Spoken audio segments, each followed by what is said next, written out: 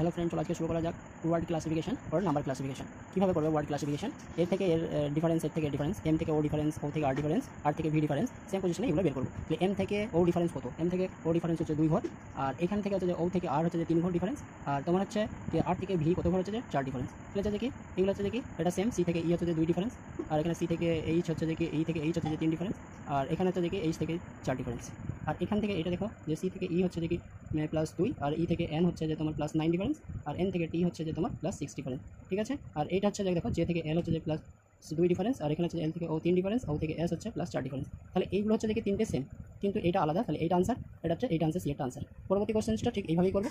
ঠিক আছে, পরবর্তী কোশ্চেনটা ঠিক এইভাবেই করবে। এম থেকে ও ডিফারেন্স, কিউ থেকে এস ডিফারেন্স, এম থেকে ও হচ্ছে যে +2 ডিফারেন্স, +2 ডিফারেন্স, ও থেকে কিউ +2 ডিফারেন্স, আর এখানে হচ্ছে যে কিউ থেকে এস কত ডিফারেন্স বলো? কিউ থেকে এস +2 ডিফারেন্স।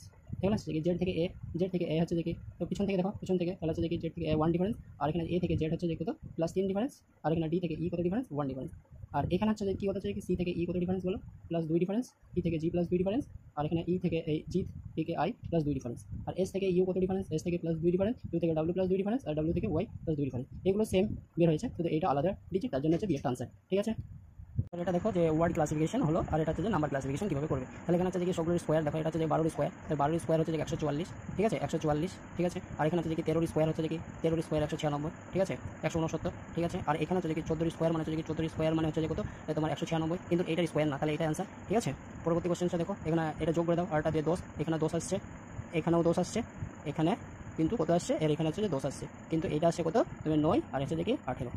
তাহলে এখানে 18 আসছে, তাহলে এইটা আনসার। ঠিক আছে, এই ডেটাগুলো সেম আসছে। ঠিক আছে, তাহলে এইটা আলাদা ডেটা আসছে, তার জন্য এইটা আনসার। ঠিক আছে, পরবর্তী কোশ্চেনটা করে তোমরা কমেন্ট বক্সে পাঠিয়ে দাও। ভালো লাগলে লাইক শেয়ার কমেন্ট করো, সাবস্ক্রাইব মাই চ্যানেল।